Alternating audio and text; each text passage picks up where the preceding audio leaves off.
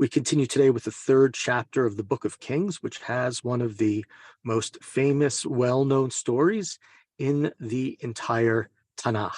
But it starts a little differently. Vayitchatein Shlomo et Paro melech Mitzrayim.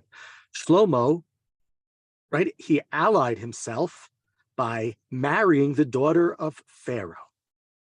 Vayikach et bat Paro vayvel ir David ad kaloto livnot et beito et beit Adonai v'tchalmat Yerushalayim saviv. And he brought the daughter of Pharaoh to Jerusalem, and she, right, they were living there while he was building his palace and his house of the Lord. And just think about the relationship between Israel and Egypt and what it means to be a Jewish king. And what does that say about Shlomo? That this is what he's doing, that what he wants to do is to ally himself with the Egyptians. It's a very sort of challenging thing to think about, and we'll come back to that. We'll come back to this, but that's just something to think about. We'll get back to it. And now we're told, and just know that there were, right, if you wanted to bring a sacrifice, you can go to your hill, you can go close by. You don't have to go to Jerusalem to bring a sacrifice because there is no temple yet. Verse 3, Vayahav Shlomo et Adonai lelechet b'chukot David aviv rak b'abamot u'mizbeach u'maktir. Shlomo loved God and followed, just like David, he followed God, but he offered sacrifices at the different shrines. Again, there's no central location since Shiloh was destroyed 100 years or earlier or so. Vayelech hamelech givona lizboach sham ki hi habama hagdala. The king would go to Givon because that was where the largest shrine was. And there Shlomo would bring 1,000 burnt offerings. Okay, and this is sort of to understand, this is in many ways is sort of the challenge of the life of Shlomo. The challenge of the life of Shlomo is the question of excess. That's the challenge of the life of Shlomo. So on the one hand, sounds great. He's bringing sacrifices to God, but do you have to bring 1,000 sacrifices to God? And that's the question we'll see always about his life, is this question of excess. And we'll see it comes up in different ways. But here God is very happy. And Givon, God appeared to Shlomo and said to him, "What can I give you?"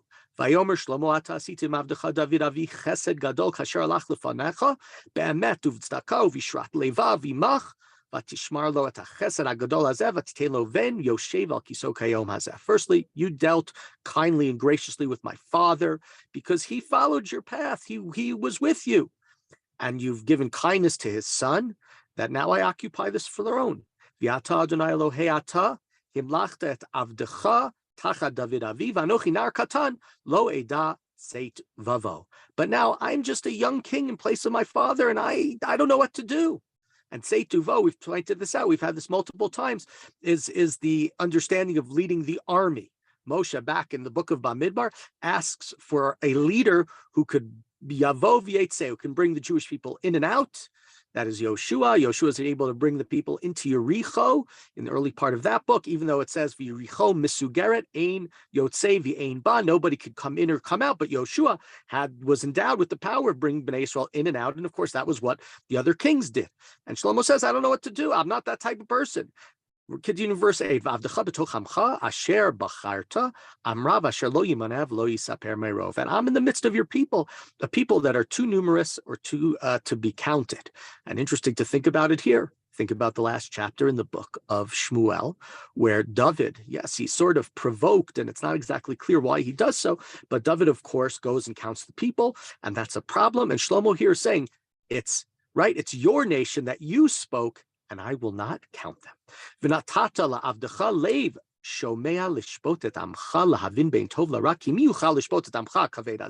So please give me an understanding heart. Give me the ability to listen, to distinguish, to discern between right and wrong. Because how could I judge this vast people of yours without your help, God? And if we think back, again, this is something we discussed numerous times, the role of the king is twofold. He's the leader of the army, and he's the judge of the people. Shlomo here, at least in some ways, I think it's coded in, says, I'm not going to lead the army. I'm a young man. I'm not Yotzei Uva. I'm not going out with the soldiers. But what I can do is I can judge the people, and I can do it well if you give me this, God. And God was pleased, very pleased that Shlomo requested this. And God said to him,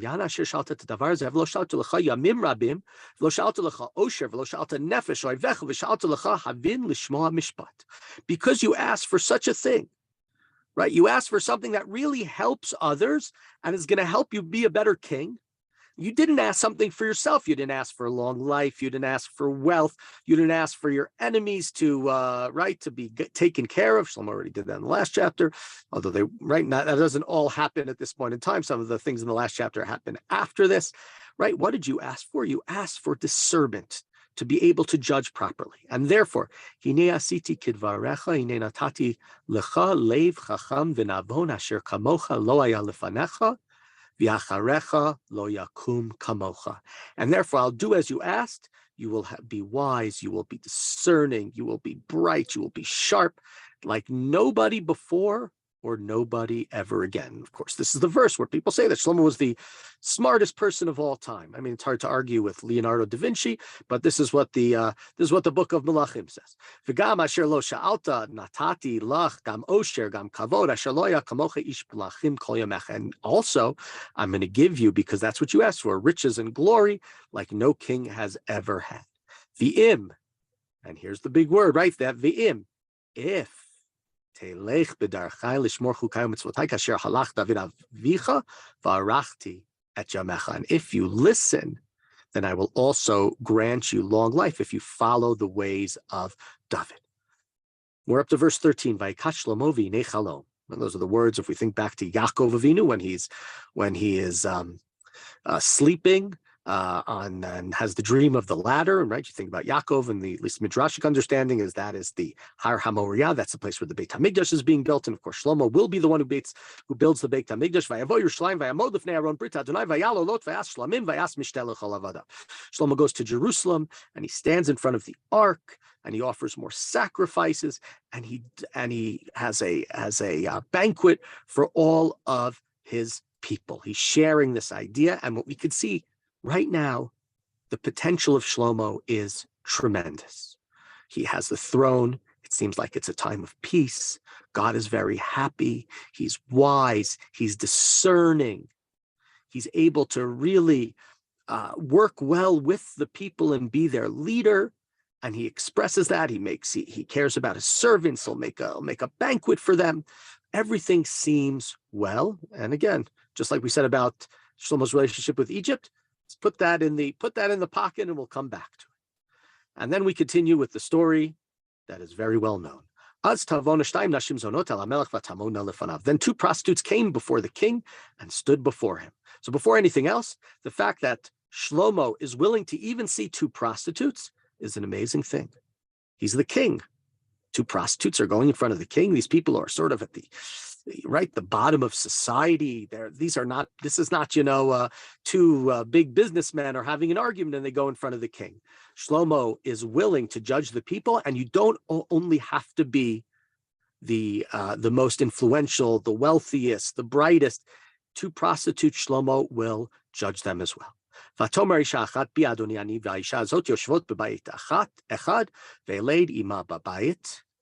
So one woman says, we live in the same house, and I gave birth to a child while she was in the house. And on the third day after my child was born, her child was born. We can make being pregnant maybe not the best thing for their jobs. And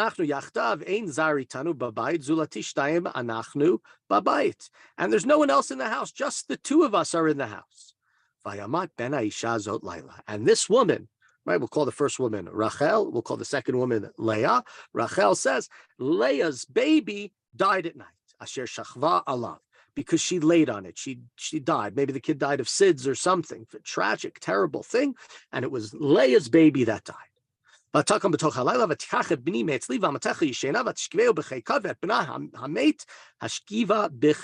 did she do in the middle of the night when her baby was dead? She took my baby, brought it to her bed, and put her dead baby next to me. And And I woke up in the morning, right, to nurse my son. V'nei mate. And the child was dead. But when I looked at him closely, it was not my son. I know what my son looks like. Lo. כי בני החי ובני חמת, וזאת אומרת לו, כי בני החמת ובני החי, ותדברנה לפני המלך. And after Rachel, right, accuses Leah of switching the babies, Leah says, no, my child, I never switched the babies, your child died. Look at what you're doing. And what happens here, right? Very well known, Vayomer HaMelech, זאת אומרת זה בני החי ובני חמת, וזאת אומרת לא, כי בני חמת ובני החי. Right? It's she said. You're saying one thing, she's saying the opposite thing. I don't know how to make an answer because there's no witnesses, there's no proof, and therefore, right? You can't do blood tests, can't do DNA tests. A long time ago, Vayomer HaMelech kechuli charev. And Shlomo said, bring me the sword, and they brought the sword in front of the king. Now remember something, we talked about David as being a warrior, shalom, a time of peace. Shlomo in the last chapter, he didn't kill them himself, but he had a lot of his enemies killed, which means if Shlomo says to somebody, bring me the sword, it's not an idle threat. It's something that we know that he's willing to do. Of course, cut the child in half and give one half to one mother and one half to the other mother. So the woman, we don't know if it's the first one or the second one, but the woman whose child is still alive, she says, El HaMelech, and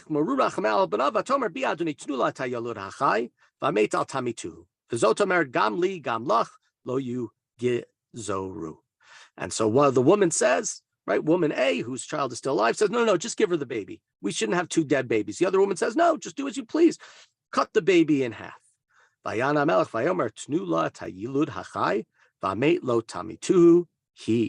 the king said, give the child to her. The one who said, just give the Leah said that give the child to Rachel. Shlomo says, no. Leah, you're the mother. We will give you the child.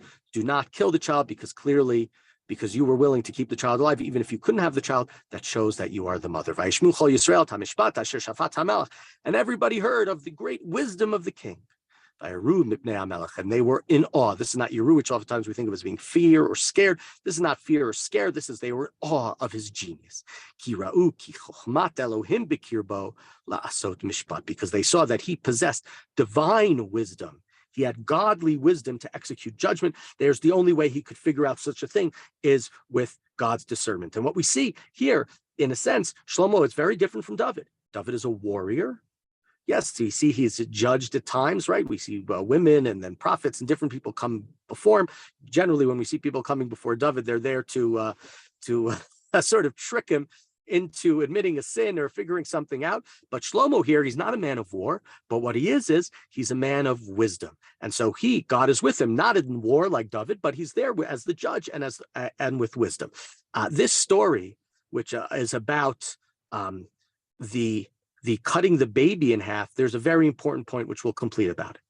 Much of the book of Kings is going to be about the question of keeping the baby whole.